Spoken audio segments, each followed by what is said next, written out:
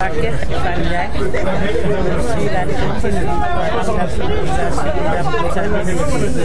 pour la réduction de la pauvreté, financée par la Banque islamique de développement et le gouvernement du Sénégal. Voilà, donc aujourd'hui vous êtes à Thiès dans le cadre d'un CRD pour restituer les résultats de l'étude de base des zones d'intervention du Palam 2. Mais est-ce que vous pouvez nous dire un peu quelles ont été les forces et les faiblesses du Palam 1 d'abord? Bon, les forces surtout du Palam 1 que nous venons de vivre, c'est à l'issue de l'exécution de ce programme pilote dans deux régions qui sont Djibril et Kaffrine, un programme d'éducation de base, de formation destiné aux enfants de 9 à 15 ans déscolarisés, non scolarisés, ou ceux qui viennent de Dakar, pour leur permettre de réinsérer le système formel ou tout simplement de pouvoir récupérer les enfants qui sont très âgés et de les organiser pour en faire des jeunes entrepreneurs qui restent dans le village. Tout simplement la création d'emplois pour les jeunes qui constitue une préoccupation majeure pour le gouvernement du Sénégal.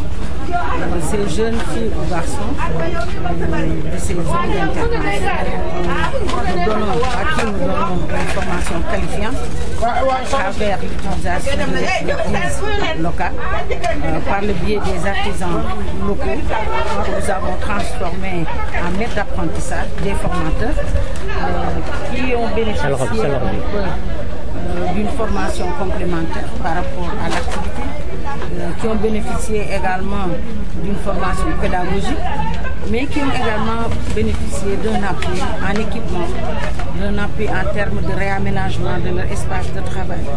Et au vu de tout cela, ils deviennent de véritables formateurs qui ont aussi des espaces de formation au profit des jeunes, comme je l'ai dit, 16-24 ans, un groupe de 14 de 14 à 15 jeunes qui sont encadrés pendant 14 à 18 mois au niveau donc de ces artisans locaux qui sont devenus des maîtres d'apprentissage. Et au bout du processus de formation, ces jeunes sont organisés, sont accompagnés pour bénéficier en tout cas d'investissements, mettre en place une micro-entreprise en termes d'intrants, en termes d'équipement, mais en termes également de fonds de roulement pour leur permettre d'avoir des activités créatrices de revenus. Et ainsi, je pense que ces jeunes-là ne vont plus penser à l'immigration, ne vont pas plus penser à aller dans les grandes villes pour devenir des marchands ambulants. C'est des jeunes qui ont un métier et qui peuvent vraiment s'en sortir grâce donc au travail local. Mais c'est aussi la prise en charge des femmes. Je sais que les femmes s'investissent beaucoup dans plusieurs activités. Ce qui leur manque, c'est un peu leur professionnalisme.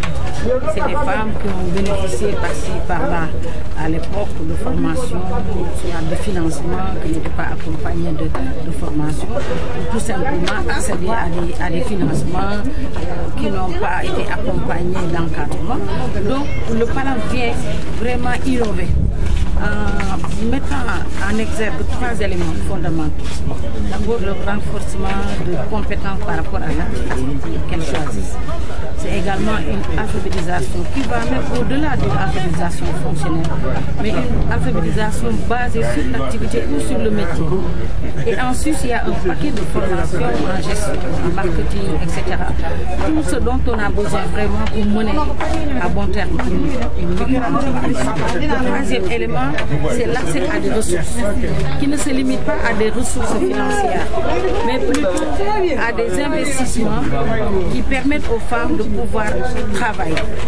Quand je parle d'investissement, c'est l'équipement dont elles ont besoin pour travailler. C'est également tout l'accompagnement technique pour pouvoir gérer correctement ces investissements. Et au vu de ces 3 éléments, formation technique, alphabétisation, accès aux ressources, nous appelons le triptyque. Ces femmes-là peuvent devenir de véritables entrepreneurs au niveau de leur village respectif. Et c'est ce que nous recherchons pour qu'elles arrivent à faire des produits de qualité, pour qu'elles puissent arriver à trouver des marchés, pour qu'elles puissent arriver à commercialiser le produit au niveau national, mais même au-delà du niveau vers l'exportation.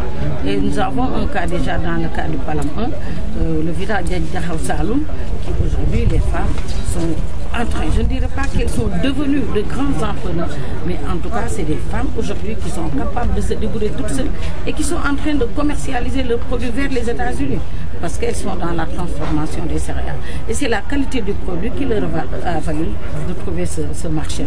Voilà donc ce qu'on a fait dans le cadre du Palam 1. Et donc, au vu de l'évaluation finale, les bailleurs de fonds et le gouvernement du Sénégal se sont rendus compte que c'était un programme qui apportait une plus-value à l'amélioration des conditions de vie des cibles les plus vulnérables, que sont les enfants, les jeunes et les femmes, et que c'est un programme également qui était parfaitement en phase avec les axes du PSE dans ces trois axes. C'est d'abord la création de richesses par rapport à la transformation structurelle de l'économie, mais c'est également le développement du capital humain, protection sociale, développement durable, et enfin, le troisième élément, c'est la bonne gouvernance. Et tous ces axes-là sont en concordance avec les objectifs visés par le panel. Et donc, pour démarrer la deuxième phase, on a dit qu'il faut connaître la situation de base, la situation de référence, pour vraiment développer des programmes adaptés aux besoins réels des populations. Et tout à l'heure, vous avez dit qu'il y a des jeunes parmi les cibles qui ont pu se présenter au CAP, mais est-ce qu'il y a un cas de réussite qui vous a particulièrement marqué? Oui, surtout pour la composante concernant l'éducation de base des enfants. On a dit qu'on voulait encadrer les enfants qui n'ont jamais été à l'école, particulièrement les filles. Les enfants qui ont été déscolarisés très tôt. Les enfants qui proviennent des daras, qui ont terminé l'apprentissage coranique et qui ne savent plus quoi faire. Donc, pour lutter contre vraiment les enfants dans la rue, les enfants dans les quartiers, sans aucune occupation, on a dit déperdition zéro. Et déperdition zéro nous permet dans les écoles communautaires de base d'avoir une approche académique. Ceux qui sont en âge de se présenter à l'entrée en 6e ou au CFE, au bout de 3 à 4 ans, passent l'examen et réussissent. Je prends seulement le cas de Thierno Dia, qui est un jeune berger qui était abandonné à lui-même dans la brousse, en train d'accompagner les troupeaux. Son papa, qui est très intelligent, qui a été informé de l'école communautaire de base, nous a amené Thierno. Thierno a fait 4 ans dans une école communautaire de base à Café. Thierno a réussi l'entrée en 6e et le CFE. Aujourd'hui, il est au CM de Darmenan à Café. Thierno, arrivé en 6e, a eu des moyens de 18-19. On s'est dit, c'est pas possible. Et on l'a suivi jusqu'à la fin de l'année, il est toujours resté là. Donc, le collège, comment dirais-je, l'équipe des enseignants s'est prononcée pour que Thierno saute la 5e. On lui a fait sauter la 5e, il est allé en 4e. C'était l'année dernière. Et Thierno est toujours resté de même pour avoir 18-19 de moyenne. Le collège même l'a fêté pour dire que c'était la première fois qu'ils aient un élève qui va dans cette fourchette donc de moyenne. L'année dernière, il était en 4e. Cette année, Thierno est en 3e. Il va présenter le BFM. Donc ça, c'est un cas exceptionnel qui constitue une référence pour nous, pour dire que c'est vrai. Si on adopte une approche innovante, une approche qui a une pédagogie spéciale, qui écoute les enfants, qui leur permet de s'extérioriser. Parce que comme je l'ai dit tout à l'heure, parfois dans les classes, en tout cas à l'époque, il y avait toujours une rangée entre guillemets des nullards. Ce ne sont pas des nullards. On ne leur a pas donné l'occasion de s'extérioriser, de s'exprimer, parce qu'ils avaient peur. Ils étaient recroquevillés sur eux-mêmes. Et l'approche des écoles communautaires de base a permis à tous les enfants de dire leur mot autour d'un projet productif et dans leur langue. Et quand on s'exprime dans sa langue, on n'a pas de complexe. Quand on s'exprime aussi par rapport à une activité que l'on connaît, parce que c'est une activité qui est une habitude dans le village, on n'a pas de problème. Et c'est autour des projets que les enfants discutent, s'extériorisent et arrivés dans la classe, ce sont les enfants eux-mêmes qui confectionnent la leçon du jour à travers donc le vécu, à travers les discussions. Quelle sera donc la spécificité de la phase 2? au vu de la conclusion, des résultats oui. Donc la spécificité, c'est peut-être de peaufiner, parce que tout n'est pas parfait, de peaufiner la stratégie. Pour que cette mayonnaise du Palam dont nous parlons et qui est en train de prendre son envol vers d'autres pays utilisés par la BID, donc on va regarder comment elle peut être encore plus efficiente. Mais l'autre aspect également, c'est de rajouter d'autres infrastructures communautaires, parce qu'en milieu rural, on n'a pas trop d'infrastructures. Je prends le cas par exemple des femmes. Quand on voulait leur faire la formation, c'était sous l'arbre, ou bien c'est dans une des maisons des membres du groupe. Mais on a dit qu'il faut une infrastructure qui leur permet de pouvoir discuter, de pouvoir échanger, d'avoir un espace d'incubation de projets et de pouvoir mener leurs activités. Donc on a ajouté dans la deuxième phase la construction de maisons de l'émergence que les jeunes aussi peuvent utiliser. L'autre aspect au niveau des écoles communautaires de base, c'est d'améliorer l'hygiène. Parce qu'il n'y avait pas de point d'eau au niveau de l'école. Et c'est important.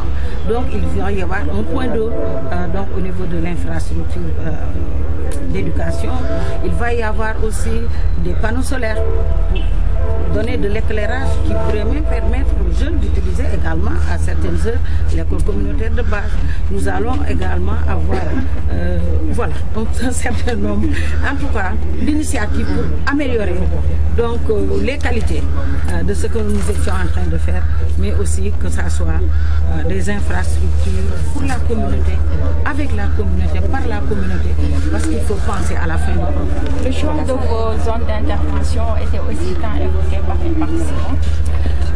Oui, parce que chacun voudrait que le Palam aille dans sa zone. Quand on a écouté le Palam, tout ce que le Palam va faire, si c'était moi, j'aurais souhaité que le Palam soit dans ma zone.